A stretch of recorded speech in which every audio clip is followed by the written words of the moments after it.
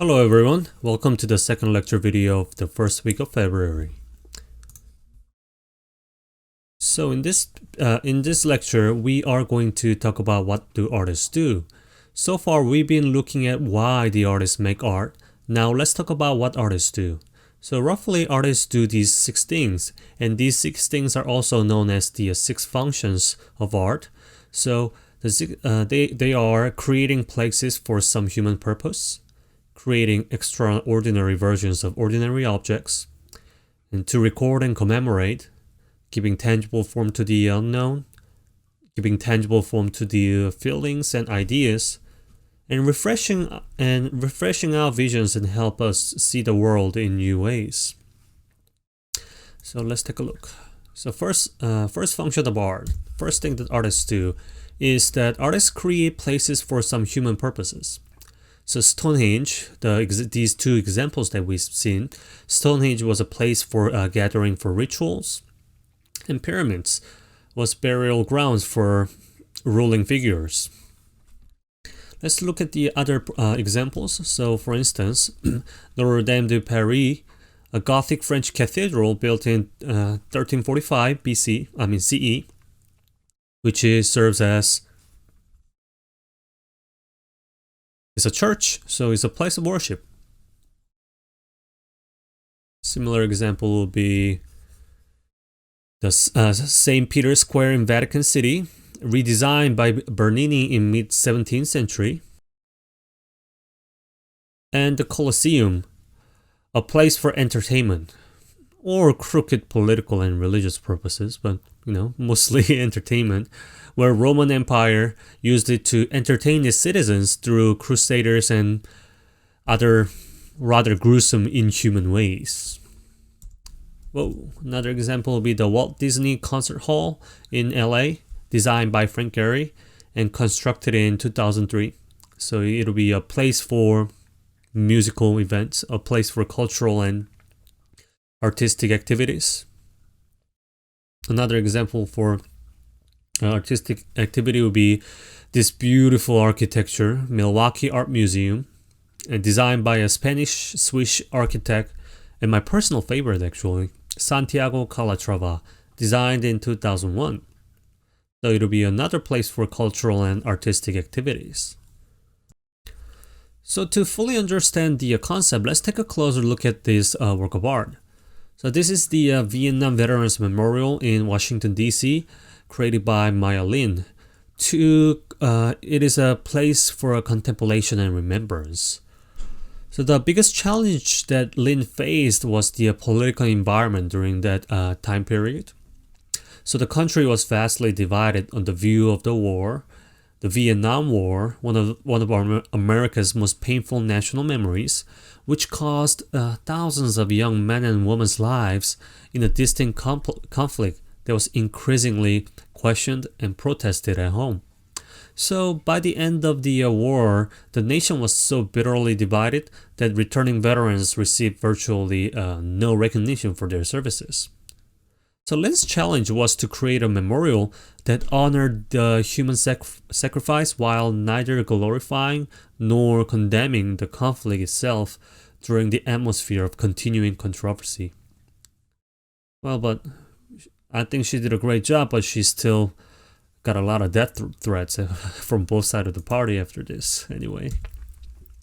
So at the heart of the memorial is a long, tapering, V-shaped wall of mirror-polished black granite inscribed with the names of missing, the captured, and the dead, set into the earth exposed by slicing a great wedge from a gently sloping hill, suggesting perhaps a modern entrance to an ancient burial mound. So entering along a walkway from either end, visitors are barely aware at first of the low wall of their feet. The monument begins just as the war itself did, almost unnoticed. Just few support troops sent to a small and distant country, a few deaths in the nightly news. So as you continue the descent along the slope, the wall grows taller and taller until it towers overhead, overwhelming the viewers with the names upon names. At the walkway's lowest point, where the wall is at its highest, a corner is turned, the path begins to climb upward, and the walls begin to fall away, signaling the ending of the war. A second task artists perform is to create extraordinary versions of ordinary objects. So just as the Neolithic Chinese vessel we looked at earlier is more than an ordinary drinking cup or a vessel, so is this vessel on the left and the cathedral on the right. So on the left, it is an ancient Greek vessel created in mid-8th century BCE. Just like the vessel we looked before, a very careful craftsmanship has gone into creating this ordinary vessel, challenging the technique of ceramic works of that time. Or how about the one on the right, the Notre Dame de Paris, a French cathedral? Well, it is a building, but not an ordinary one. It's a church, but it doesn't look like a church that you go to. Except extraordinary attention to aesthetic beauty and exceptional architectural engineering has gone into creating this beautiful work of architecture. And it challenged the technology of that time to explore the possibility of new architectural technology. So to construct such a tall and large structure, remember this is all solid stone buildings, so it weighed a lot. To construct this and in meticulous manner like this was very difficult to achieve back then. Constructing this type of megastructure definitely faced numerous obstacles. However, through advance in architectural engineering of the time, such as this called on the left, this is called flying buttresses, they were able to construct this beautiful place of worship. So architects and artists were able to fully explore the possibilities of the new technology advancements to achieve this extraordinary accomplishment, and turning this ordinary, could be ordinary building into something truly extraordinary. The third important task artist is to record and commemorate. Probably this is done more than any other functions of art. So artists create images that helps us to remember the present after it slips into the past, so that the future generation will remember the present. So one of the obvious example will be a heroic portrait of ruling figures. As we can see on the left, you see the Emperor Napoleon crossing the Alps, painted by Jacques-Louis David in 1801 to commemorate the emperor and his army's military achievement. But on the other side, to the right, a painting called The 3rd of May, 1808, painted by Francisco Goya, was to commemorate Spanish resistance to Napoleon's army during the occupation of 1808 in the Peninsular War. In this painting, Goya captures the horror of the war in such a vivid way to record the tragic course of events of that time. But definitely, there is a two different approach on this function of art. Another good example is the biblical story of David. As you can see, several artists created a statue of David to commemorate his triumph against the Goliath. Each artist emphasized their own interpretation of the story and their sculptural style. So from the left, Donatello, the center, the most famous one, by Michelangelo, and to the right, by Bernini, which is my personal favorite. Eugene Delacroix's Liberty Leading the People is a painting commemorating the July Revolution of 1830, which toppled King Charles X of France during the French Revolution. So the woman in the center, the personified concept of liberty, depicted as a goddess form, is leading the group of people for the barricade holding the flag of French Revolution. Another example would be the famous United States presidential portraits. So it is instead of it looking at it just one by one, well, look at it as a whole, and also continuing work of art. Excuse me. Let me mute that real quick. There we go. So it is a tradition. It is a tradition of the presidents of the United States to have a portrait painted. Having portrait after portrait, it records the history of the country. At the same time, them as a continuing series, it commemorates and celebrates the democracy that the country is built on. These portraits would mean a lot less if there were just one, or this were to be discontinued. It negates the very meaning and the purpose of this tradition, which is to commemorate and continue the history of the country and its democratic transfer of power. The fourth things that artists do, and the fourth function of art, is to give tangible form to the unknown. So this is another function that we are very familiar with. So a fourth task, you can see these two examples. So this function, it portrays what cannot be seen with the eyes or events that can be only imagined. So as you can see on the left, there's no one looking like this in real life, right? This is very abstraction of the figure. On the left, an anonymous Indian sculptor of the 10th century gave a tangible form to the Hindu god of Shiva, which was only can be imagined of what it would look like. This statue gives tangible form to the imaginary figure. Same goes for the right one. A painting called The Birth of Venus, painted by Botticelli in late 15th century. So it is painting about a painting about a Greek classical mythology.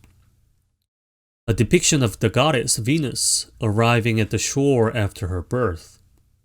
This scene, which is the story, a myth from a Greek mythology, can only be seen through a work of art, and the artist gave us the glimpse of the event that we can only imagine. Well, imaginary event. Alright, here's another example. Well, does anyone know what is this painting is about? And who painted? It is the famous Last Supper, painted by a Renaissance master, Leonardo da Vinci, completed in late 15th century CE.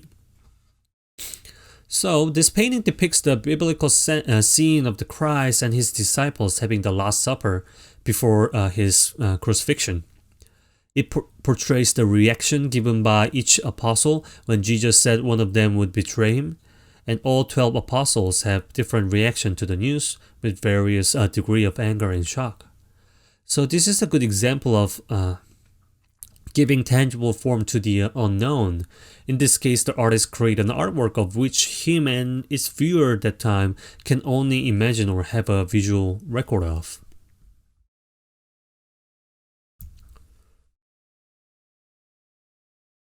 Often, an artwork carries multiple purposes, so this is an example that we've seen before, but in this example, it carries another function of art. So this painting we looked at, a painting commemorating the French Revolution, also gives the tangible form to the concept of liberty, which is the lady in the center. So liberty, the concept, abstract concept, is being depicted as some form of a goddess with a human figure in this painting. So thus giving a form to an idea which is intangible and has no physical form. Well, if you say a woman figure and liberty, we can think of another example right away. The Statue of Liberty of New York City, a neoclassical sculpture, a gift from the Republic of France, designed by French sculptor Frédéric Auguste Bartholdi, in recognition of both countries' commitment to democracy. Well, fun fact, the money for sculpture was raised by France, and the base was created by US. Well, just by the way. And this is another great example of how artists take an abstract idea and representing it physically.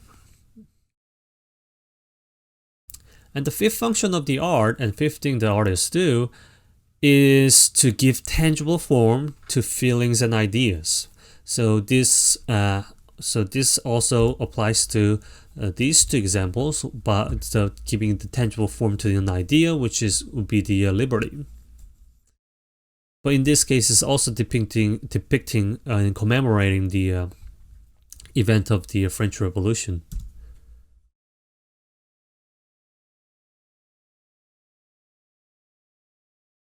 So on the left, the famous work of Van Gogh. He labored to express his personal feelings as he stood on the outskirts of a small village in France and looked up at the night sky. Van Gogh had become intrigued by the belief that people journey to a star after their death.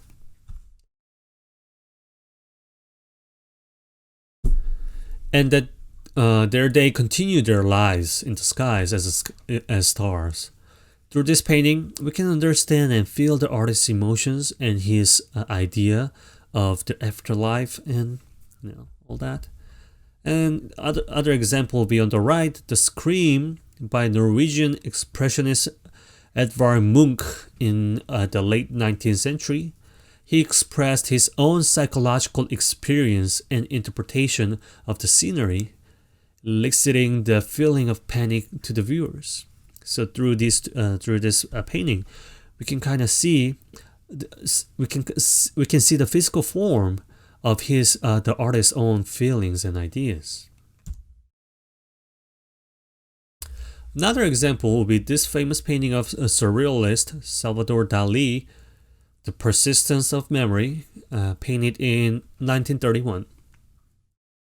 In this painting, Dali epitomizes his surrealist idea and theory of softness and hardness, which was the central thinking of him at the time. Through this painting, we are able to get a glimpse of his creative thinking process and his surrealist approach on the concept of time. The last function of art and last thing the artists do will be refreshing our vision and helping us to see the world in new ways. So habit dulls our senses. What we see every day, we no longer marvel at because it has become familiar.